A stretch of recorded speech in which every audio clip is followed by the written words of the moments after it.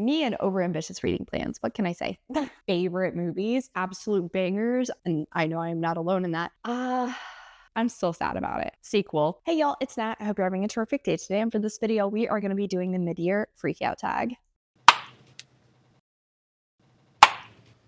All right, first and foremost, oh my God, can you believe it is the midyear? That's crazy. But before we get into anything bookish, make sure to hit like and subscribe down below and tell me in the comments what's the best book you have read so far this year. Add to my TBR like it needs it. So this is a requisite tag that I gotta do every single year. It's a good way to look back on what I have read so far. It's a good way to look forward and see what I need to read next. A lot. So without further ado, let's dive right on in. First up is the best book you have read in 2026.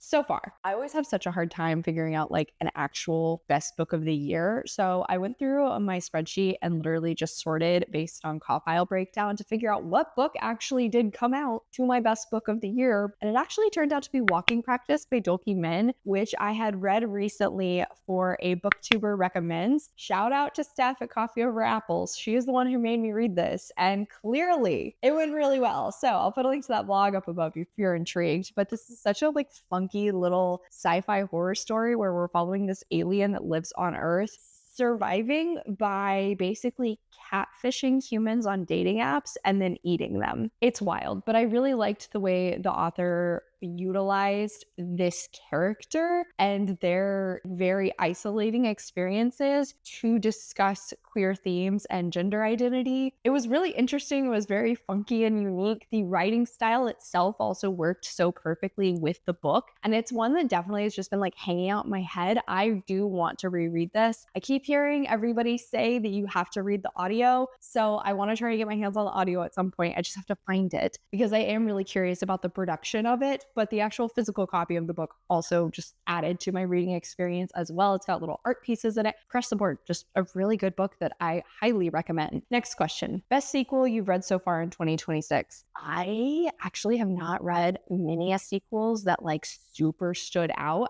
I feel like the series I've been focusing on the most so far this year has been manga. That kind of feels like cheating, though I'll be honest, this next one, I still am not quite sure if I would constitute it a sequel. So we're stretching this answer. I went with Star Wars Sanctuary by Lamar Gills. Shockingly, I read this for a Star Wars canon project, so vlog up above. But this is following the group of the Bad Batch, and it kind of plays between season 2 and season 3 of the TV show. So like sort of a sequel there. And then, you know, the Star Wars universe on its own, you could argue a series, a really, really long, really big series, but you could argue it is. So I think I'm going to go with this one because first and foremost, I just love the Bad Batch. I love this little found family so much. I think Lamar Giles did a phenomenal job of actually matching the voice for all of these characters, which is really impressive when you think about the fact that like all of these characters already have a very established voice in the TV show. He maintained the dynamics between all of the different characters while also getting to expand on each of them a little bit more and then adding just like a new fun adventure. This literally felt like watching another round of the TV show just in book form, and that is exactly what I wanted from this book. So this is definitely the best sequel I've read so far this year. Next question. A new release you haven't read yet but want to. I definitely have many, but I just recently got my hands on these two, and both of them are ones I'm really hoping to get to soon. Teddy Bears Never Say by 𝗖cie. I heard about this one from Jem, and literally I just saw the cover, heard the title, and like immediately added it to my TBR. Then I found it at half price and was like, okay, this is the universe telling me I must get this book. I love the cartoon cover. I love the bright colors for it, given the fact that it's a horror book. I don't know what it is. The juxtaposition of like this sort of a cover and then having it be a horror book calls to me. A Tale of Teddy Bears and Revenge. Yeah, that's literally all I need to know. I cannot wait to read this, but I did also just recently go to an event for CJ Lead and got my hands on Headlights. This just recently came out and I cannot wait to get to it. Then going to the event made me even more excited because apparently there's a pretty strong romance in this one, but it definitely sounds like it is a detective sort of story, which is right up my alley, especially since it seems really reminiscent to like Silence of the Lambs. Really intrigued. Cannot wait to dive in. Next question. Most anticipated release for the second half of the year. I had a hard time deciding on just one.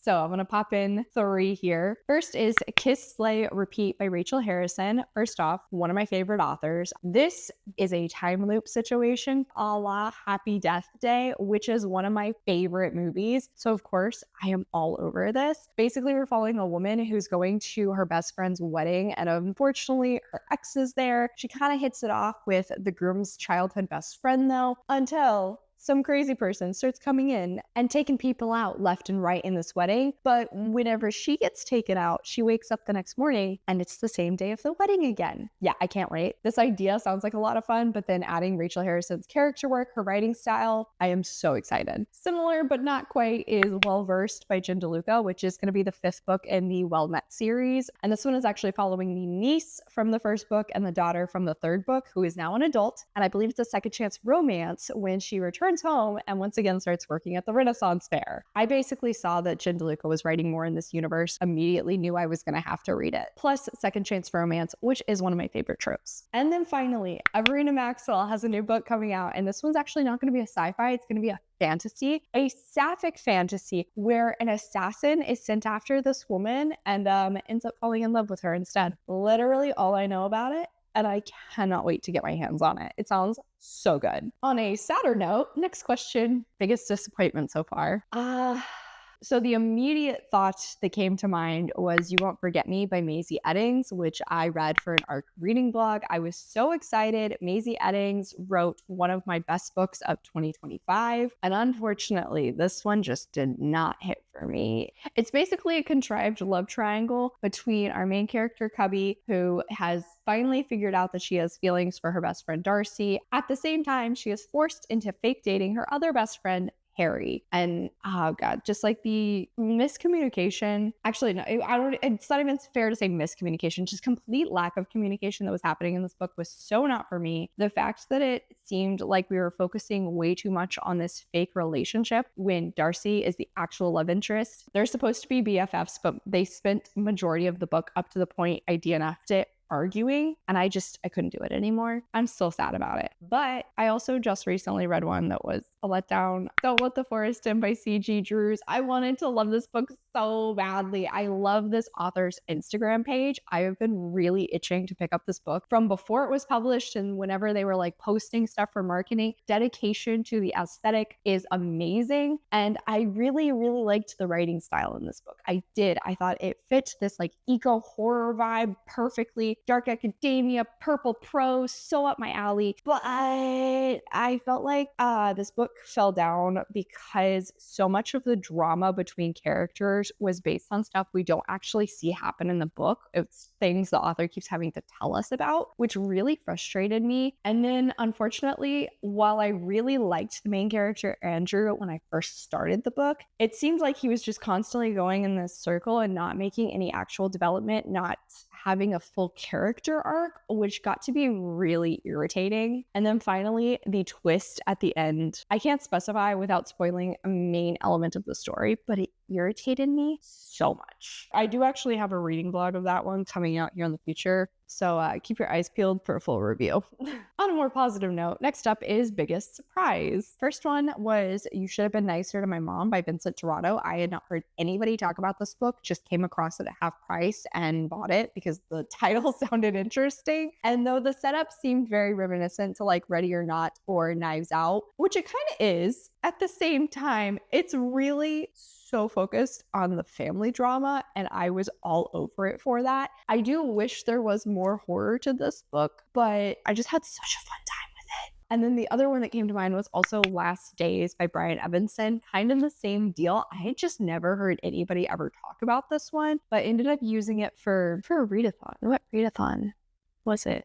I'm not going to remember now, but it was this cult story following a group of people are all amputees. And this guy who just recently survived a really crazy encounter and became an amputee is kind of kidnapped and taken to this compound and forced into trying to investigate a crime, except he doesn't know what the crime is. He can't interview anybody. He can't see the crime scene. It evolved a lot from there, but this was a wild time. And again, I'm shocked I've never heard anybody else on BookTube talk about it. Though I definitely cannot say the same about my favorite new author. This could have been debut or new to me, and I had to go with Delilah S. Dawson. I read Guillotine by this author last year and loved it. Josh and I ended up reading Bloom by this author earlier this year, and I also loved it. So good. Another author that I think sticks to like the aesthetic of their story in the writing itself very well, and it just really brings the atmosphere and the setting of the story to life. But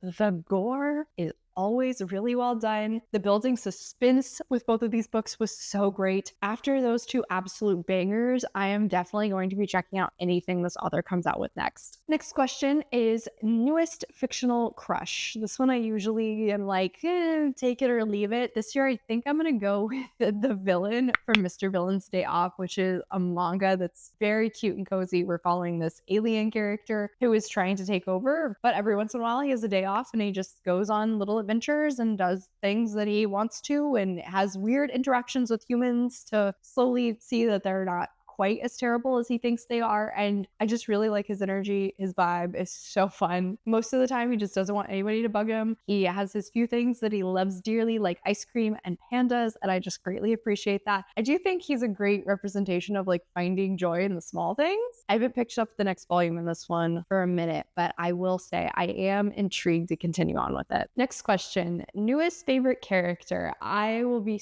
so honest. I was really unsure of who to label as a new favorite character until I realized Heated Rivalry had taken over my life for many months. I mean, I say that like I'm not still reading fan fiction for it nearly daily. So I gotta say 𝗖cie and 𝗁, the two main characters. I still have yet to actually read Heated Rivalry, which is hilarious, though I did read The Long Game, the sequel book following them. I just really enjoyed the character work that was done around both of them. They had a fantastic dynamic that clearly won me over, and I know I am not alone in that. And as I said, once I realized that, it felt very appropriate for me to label these two morons as my new favorite characters. Next question, a book that made you cry. I surprisingly don't have a ton this year. I feel like usually, not to say it's insanely easy to make me cry, but like it's definitely not super hard. And yet really the only one that I actively remember like really crying at was We Burn So Bright by TJ Klune, which was actually the book club pick for my Geek Squad book club last month. That is the most recent spoilery reading vlog. If you're intrigued, I'll have my Patreon link down below. I knew I was probably going to cry going into this because we were following this queer elderly couple who are going on this final road trip whenever they get the news that the world is going to be sucked into a black hole. Yeah. So it's very, very filled with existential dread, quite an emotional roller coaster. It is impressive. The myriad of emotions Klune made me feel in this, but one of those was definitely sadness, and I did cry a fair amount. I'm not gonna lie. It's definitely a very good book that kind of just reinforces the many different elements of being a human and being aware of your mortality. Next question, a book that made you happy. I think for that one, I'm gonna go with The Entanglement of Rival Wizards by Sarah Wash. This one was up there for my favorite book of the year for quite a hot sec. I really enjoyed both of the characters in this one. I will say, are they the most mature at all times? No, but I just greatly appreciate characters who are fueled by spite. And these two who initially are like enemies against one another, especially when they're going up for the same grant and then forced to work together, are definitely running on some spite. But of course, complicated feelings around that when they are forced to work together. And eventually some romance starts to develop. It was so fun. I really, really liked this one. I blasted through it pretty quickly, which always tells you that I love a book. I just recently grabbed the second book. Cannot wait to start. Next question. Most beautiful book you've bought or received so far this year? I feel like it's just tradition at this point. It's got to be one of my Evernight book box books. I got Japanese Gothic by Kylie Lee Baker, and it is gorgeous. It is also very unsettling. I can't show the naked hardcover because it definitely would get me dinged by YouTube. Oh, I also definitely cannot show the back pages either, but I just love the style of this. It is so pretty, and it just recently got picked for my book club in September. I'm really excited to read it, especially since I loved the last horror book from this author so much. I feel like I've heard mostly positive things about this one, so here's hoping that I love it just as much. And last but certainly not least, what books do you need to read by the end of the year? If I am being honest, so many. If I have to narrow it down, I think let's start first and foremost with the 10 books for 2026 list I have, and I have currently only read 2 of them. I have 5 months left in the year to read the other 8 because December is my reread month, so I really need to get started on this. These are my main focus at this point, but of course, like I said, I do have numerous others that are for videos and things that I also need to read. Me and overambitious reading plans. What can I say? All right, so on that note, that is officially it for today, y'all. Thank you so much for coming to my channel. I really appreciate it. Make sure to like and subscribe down below. If you made it all the way to the end of this video, let's go with a watermelon emoji because I'm drinking a watermelon Alani. Why not? I have links to all of my socials as well as a few ways you can support me down in the description. I come out videos on Monday and Friday, but until then, I hope you continue to have a terrific day. Love you. Bye.